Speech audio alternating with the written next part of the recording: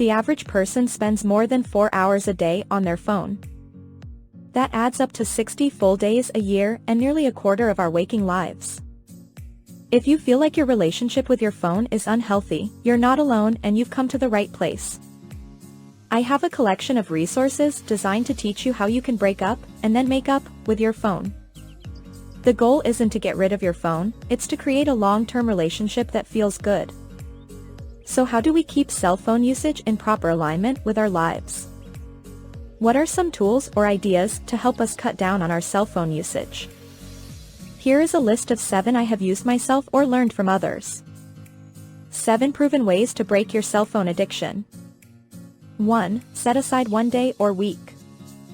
This is by far the most common approach I see among people who have taken intentional steps to curb their cell phone habit nowadays. But I credit Tammy Strobel for being the first person I heard talk about it almost 10 years ago. Choose one day each week and set your phone aside. 2. Use a 30-day experiment to reset your usage.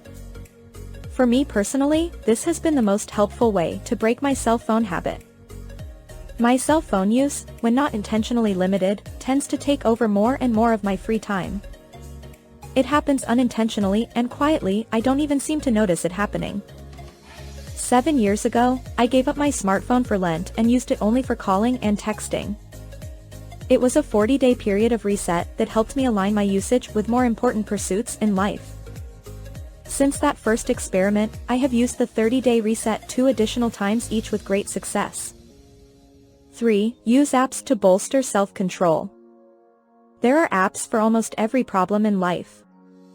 In fact, there are even some wonderful apps built to help us limit our time on our devices. Here are some of my favorites. Space. Set goals and track your daily progress to manage your habits. Forest. Stay focused, be present.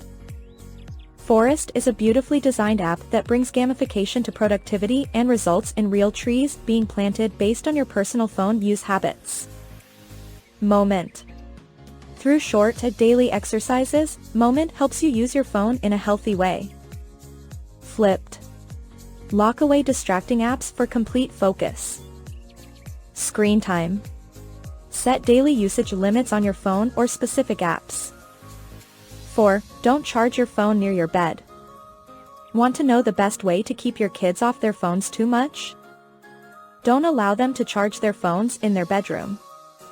Want to know a great way to keep yourself off your phone? Don't charge it in your bedroom. Many of the negative effects of overuse can be eliminated by keeping your cell phone out of your bedroom. As with many of the items on this list, this is a principle I found personally helpful. 5. Put your phone away when you walk in the door. Christopher Mims writes a weekly technology column for the Wall Street Journal, a job that certainly requires the use of tech on a consistent basis. His simple and proven way to keep life in healthy balance with his cell phone is to put it in a kitchen cabinet at the end of the workday. In his words, the more you physically remove the phone, the more you can build a habit of having some ability to ignore it when it's on your person. When you finish your day of work, put your phone in a drawer or cabinet. This is a helpful practice for all people, but I think it is especially important if you have kids or a spouse at home in need of our undivided attention. 6. Change your phone settings.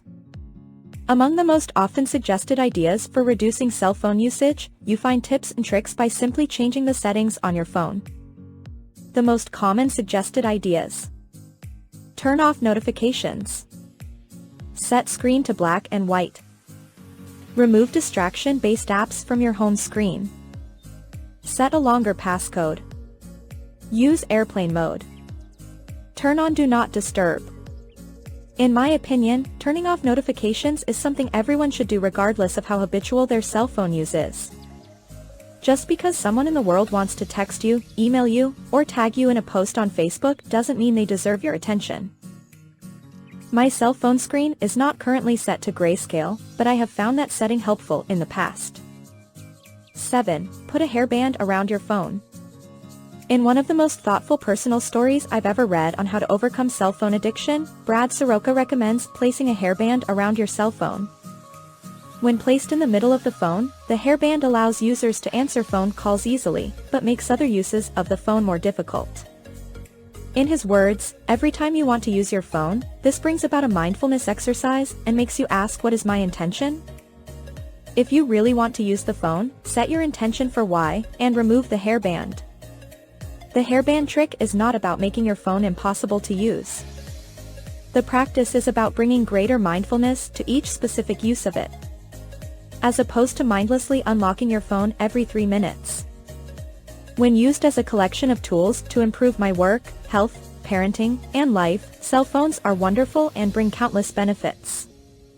But when used mindlessly and unintentionally, they become a distraction from the things in life that matter most, in addition to the negative effects listed above. Learning how to use our smartphones effectively may be one of the most important life skills any of us can learn.